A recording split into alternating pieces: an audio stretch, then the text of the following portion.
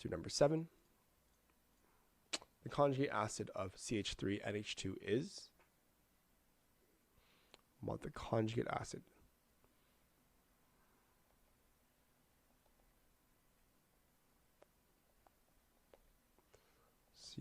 CH3NH2.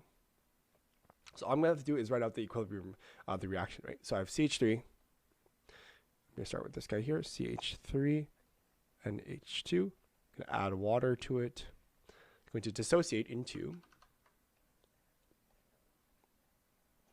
So as you can see, this here, CH3 and H2 here, I'm going to actually, this here is going to accept an electron, right? So this here is going to be CH3 and H3 plus, right?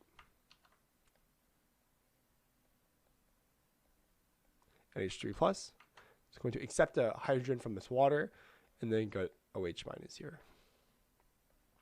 And again, these are all in aqueous solutions. You could put AQ here. Water is in liquid. There's AQ. There's AQ as well, if you want to be really specific with the states. And what we have here is, what do we have here? Well, we have, this is methylamine here. I have water. And this is going to give away, or sorry, this is going to accept a hydrogen from this water here. So in this case here, if I'm accepting a hydrogen, this here is going to be my base, right? So this here is a base.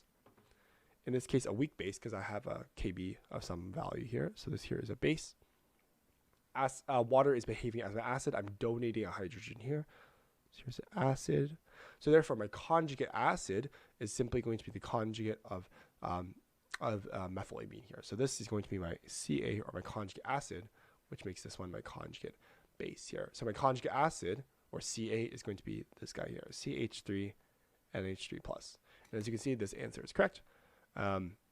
CH3 and H3 plus, and it says conjugate refers to the relationship between acid and base, right? So this here is the base, and this here is the acid, the conjugate acid and base pair. So CH3 and H2, and CH3 and H3 plus as well. So the solution is correct.